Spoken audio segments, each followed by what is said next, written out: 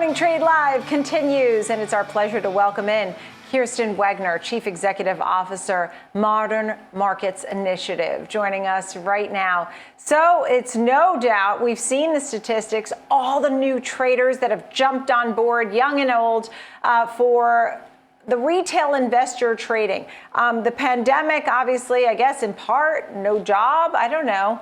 What's driving so many new accounts and retail investors' interest? Well, I think we've all been looking at this question because it's been exciting to see this uptick of retail investor volume from a typical baseline of maybe 10% rising over the past year to some daily highs of 20 to 25% of the daily trading volume. I think there are a couple of factors driving this.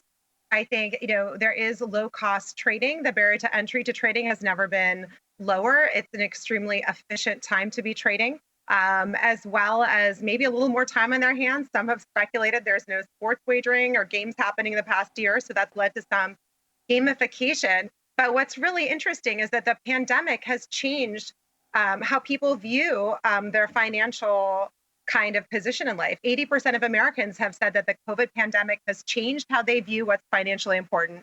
And 2/3 of Americans have said they want to save more. So tell me more about market automation, the overall trend of cost of trading over the past decades. I mean, obviously now you make a point that doesn't cost as much to trade now. Tell me a little bit more about that. So this study is among the first of its kind because we've read about the lower cost of trading, and obviously, what used to be maybe a $6 commission has gone to near zero. I think what's really driven down the cost of trading is a confluence of you have automated trading technology, you've got the high-speed trade execution, you have the exchanges becoming electronic without the floor-based intermediaries, and then you have regulatory reform also driving the minimum tick size. But overall, what our study found is that over the past 3 decades, the cost of trading has gone down by 50 basis points, which is just a huge number. At the end of the day, that means that investors can retire 2.5 years earlier over a lifetime of savings to get the same goal, which was just such a huge number that we didn't expect beginning the study. We talk about savings for the long term, and we have pension plans and 529 plans and institutional investors. Can you spread it out to that a little bit and give me what you're finding at this point? Absolutely. So I think about half of Americans are invested in 529 plans for their own college savings and for their children's college saving or grandchildren's college savings. So what we found out, we studied several of the 529 plans, and specifically, let's look at California or Virginia as two kind of randomly select states. For California, each year, as a result of this automated trading technology, there's $76 million in savings for the California 529 plan, just as a result of the lower bid-ask spread. That equals the tuition of about 6,100 students a year in California. If you break it down to Virginia, it's actually over $500 million a year in bid-ask spread saved, which equals about $44,000 students a year of tuition. So the numbers are quite substantial. And why the disparity from state to state? I mean, is it how important it is, or depending on the assets under management? Virginia has one of the largest 529 plans. And if you break it down to pension funds as well, even some of the modest mid-sized pension funds are saving almost $300 million a year in those transaction costs of the bid-ask spreads.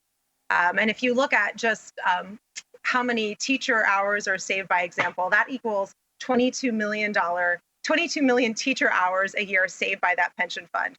So when we're looking at a time where the questions of, whether pension funds are funded, this cost savings from the trade automation is kind of this unexpected source of efficiency for the pension funds, and it lowers the burden of the states in having to fund those pension funds for that equal amount.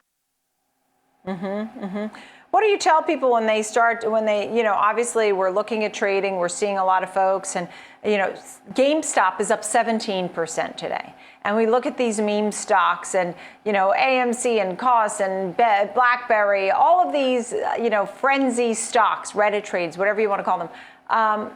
They've certainly, I think, brought trading to mainstream, right? I think people who didn't necessarily have an interest in stocks. They think they got an interest, but they have to be warned at the same time, right? What have you been hearing and telling people about this?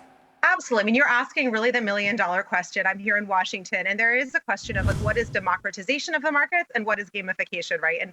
And to what extent are we in this new climate where social media has such a profound maybe influence, right? Where you can have a meme stock or a Twitter feed fueling the value of a stock. And I think this is something that regulators are looking at in Washington. FINRA has indicated they will be putting out a request for comments of a soon to be released document on kind of social media and investing. And the regulators have all issued statements as well, right? And it's really this question of what are you doing to encourage, financial literacy, and what should the burden be, if any, on like looking at suitability. There's so many factors that are being looked at in Washington because obviously, this is a question that is being much discussed.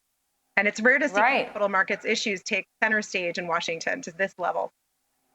Right, and that's the point that I'm making, right? When you start to see these things on the cover of regular newspapers and magazines and not just, Financial Times and Journal and Barron's and all that, it really has expanded because people are interested. I think to your point now, the low cost of trading too, right? Gone are the fees. Talk about how the fees absolutely used to really hit folks, and now they can make so many trades in one day without the fees. Absolutely. So we dug really deep and kind of into the archives of kind of the bid-ask spreads, looking back at the 90s, right? And really looked at the details, like how much was a trade back in the 90s, right? And it was, I think there was a $6 minimum to trade a $100 increment of stocks.